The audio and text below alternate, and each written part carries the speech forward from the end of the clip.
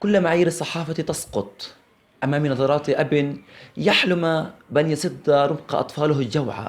كل معايير الصورة والألوان تسقط أمام نظرات طفل يحلم بحياة كالحياة. متابعينا الكرام، متابعين برنامجنا، برنامج وجع الروح، اليوم في جولة جديدة وفي مناشدة جديدة وفي وجع جديد وألم جديد مع الأخ أبو محمد أبو عكر من منطقة خان يونس ليروي لنا حكايته المكدسة بالأوجاع والآلام. محمد، السلام عليكم. أهلين أخوالك السلام ورحمة الله وبركاته. أبو محمد، حقيقة موجعة، حقيقة مرة أن نجد هذه الأوجاع وهذه الآلام المكدسة في بيت أصابه الألم، أصابه الوجع. تحدث لنا عن الصورة، المعاناة، المأساة، الآلام التي تعيشها أنت وعائلتك. أنا عايش أنا و11 نفر في غرفة واحدة لمدة 17 سنة. بعد أمي ما توفت أخذنا الغرفة الثانية. أنا إنسان مصاب من اليهود وما باخدش من الجرحى، يعني غير مستفيد من الجرحى لأنهم طلبوا ورق الدخول وخروج ومعيش ورق الدخول وخروج، لأنه زمان كان اليهود بيجوا بياخدوا المصابين من المستشفى، فأنا لا حتى الآن باخدش من الجرح. وعيشتي صعبة جدا جدا، يعني أنا لا أكل ولا شرب، والله فول وفلافل بنشتري دين، فول وفلافل، أواعي ملابس داخلية والله ما في، أواعي ما فيش عنا، وحياتنا صعبة كتير. أهم حاجة إنه صبايا بتنام عند الشباب في غرفة واحدة، أهم حاجة يعني إن أنا بدي أطلع أعمل لهم لو غرفة للبنات اللي يطلعوا عن الشباب. وعيشتي صعبة على الآخر، يعني معيش آكل، معيش أشرب، معيش أطعم البنات. يعني أمنيتي أجيب لبناتي فواكه أقل ما فيها فواكه، ما فيش الكلام هذا والله، غير بس في التلفزيون بنشوف الفواكه، أكل شرب والله ما احنا قادرين. يعني إذا قيس قد الفول والفلافل والله دين، فول وفلافل والله دين بنتداين، معناش نشتري، معناش أجيب ولا أي حاجة.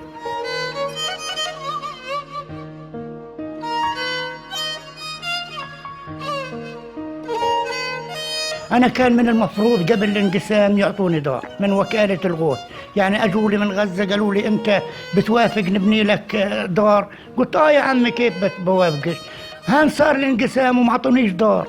وأجوني بعد هيك كمان وقالوا لي وأخذوا البيانات، رقم هويتي وهوية المرأة وبناتي، وطلع ورا الدار هان شطب اسمي، ورا الدار هان شطب اسمي، مش عارف ليش أنا شطب اسمي. يعني كلها لا وكالة صادقة معانا ولا بني آدمين صادقين معانا ولا حدا صادق معانا. أنا أكتر واحد لازم إلي دار، أكتر بني آدم، والوكالة صرحت إنه أنا إلي دار، إنه أنا لازم يعطوني دار. فمش عارف مين اللي واقف ضدي، هم بدهم مش يعطوني، ليش بدهم مش يعطوني مش عارف، مع إن أنا حق الناس في بيت، ومع إنه أجوني من غزة قالوا لي بدنا إلك بيت أنت، لكن أجوا هان بعد ما طلع من ورا الدار شطب اسمي. ليش شطب اسمي مش عارف. يعني شو شعورك أنت كرب للأسرة لما يجي ابنك يطلب منك شغلة وأنت ما كاش تعطيه، أو يطلب منك ياكل وأنت فيش في البيت أكل؟ والله الشاب الكبير لما بطلبني شيكل مش شغلة شيكل، وأقول له معيش يا أبو إلي خاطر أخبط حالي بالسكينة،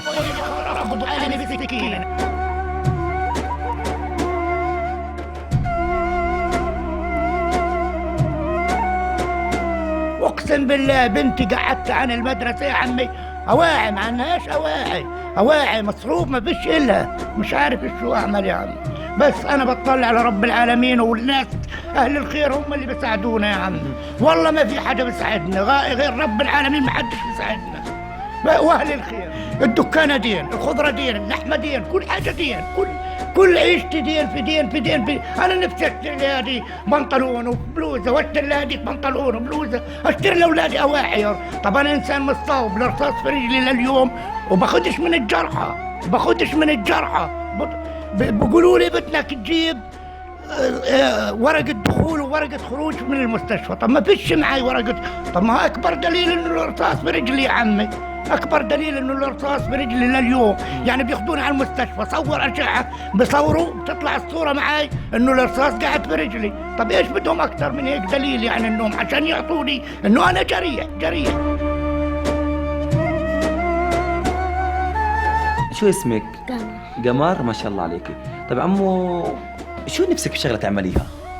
إنه تطلع لنا دار. يطلع لكم دار، وشو كمان؟ أبويا يشتري لنا أواعي. بابا يشيلكوا أواعي؟ تشتروش أواعي انتو؟ ليش؟ عشان فقراء. عشانكم فقراء؟ وانت يا عمو شو اسمك؟ شمس. شمس، ما شاء الله. شمس وقمر، الله يخلي لك اياهم يا رب. شو نفسك يا عمو؟ نفسك تاكلي، نفسك تلبسي، تعملي شيء هيك زي صحباتك؟ نعم. طيب لما تشوفي بنت بتلبس وانت ما معك تلبسي، شو بتعملي؟ أنا في حالي ولا بكلم حد. تكلميهاش؟ كلمها يعني وإنها تديني حاجة باخدها بكسبها. لما تعطيكي شغله ما بتكسفيها. اكلتوا اليوم يا عمو؟ اكلتيش؟ ليش؟ ما ناس مصاري. ماكوش مصاري تاكلوا؟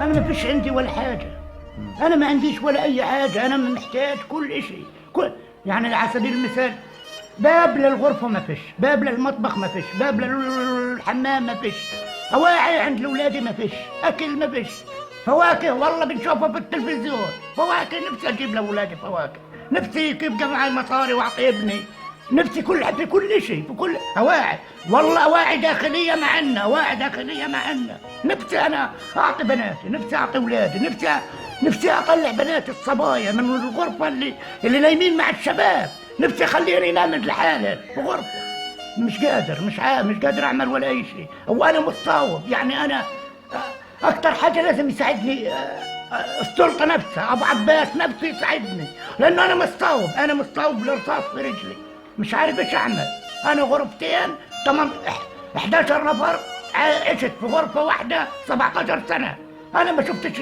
يعني شويه بس الوسع، بعد امي الله يرحمها ما توفى اخذنا غرفتها، صرنا 6 انفار في الغرفه هذه خمس انفار في الغرفه هذه و6 انفار في الغرفه هذه، مش عارف شو اسوي يا عمي، والله ما انا بطلع لاهل الخير، اهل الخير هم اللي يطلعونا بس بعد رب العالمين طبعا. يعني بصراحة تعجز الكلمات عن وصف الألم اللي بتعيشه هي الأسرة. طفلة يعني بتحكي بكل وجع إنه حلمها بس تلبس، وطفلة تانية بتحكي أنا ما أكلت لأنه إحنا فقراء ولكن هم أغنياء عند الله، والطفلة الأخيرة تقول نفسي ألبس، ولما أنا أشوف صاحبتي بتلبس أنا ما بحكي معها خوفا من الإحراج. هي الحقيقة اللي بتعيشها العائلة، هي الحقيقة اللي بتعيشها الأسرة هذه، اللي هي انفرض عليها الألم، انفرض عليها الوجع بحكم الظروف الصعبة. احنا الآن إن شاء الله يعني قبل ما نختم بإذن الله تعالى حناخد جولة في البيت لحتى نشوف وتشوفوا أيضا أنتم كمشاهدين وكمتابعين الحجم المأساة اللي بتعيشها الأسرة هذه، لحتى نحطكم بالصورة اللي احنا شفناها، ونسأل الله أن يكون بعونكم إن شاء الله، وأن يرسل لك أهل الخير. أكيد يعني الرحماء كثر وأهل الخير كثر، وإن شاء الله يا رب ينفتح عليك الرزق وتكون نهاية للألم بإذن الله. يعطيكم ألف عافية.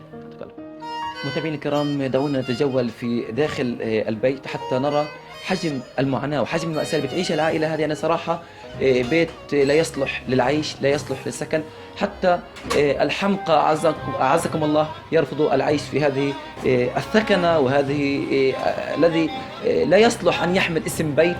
عمو محمد، فيك أنت بس تجولنا داخل البيت لحتى تحكي لنا نعم. إنه هاي الغرف مين بيعيش فيها؟ هذه بيعيشوا 4 شباب هان مع بنات صبايا 2، ومش عارف كيف، يعني أنا أهم حاجة إنه الصبايا يطلعوا من الغرفة تبعت الشباب، نعمل لهم لو في بدل المطبخ نعمل لهم غرفة، ومش مهم مطبخ، ما بدناش ناكل يا عم، بناكلش بدناش ناكل، المهم إن الصبايا يطلعون عن الشباب في أي منطقة من أهل الخير، بنحب نوجه لأهل الخير بس لو غرفة بسيطة بس للصبايا بس، أكثر من هيك ما بدناش يا عم. طيب هذا اللي هو غاز أعتقد.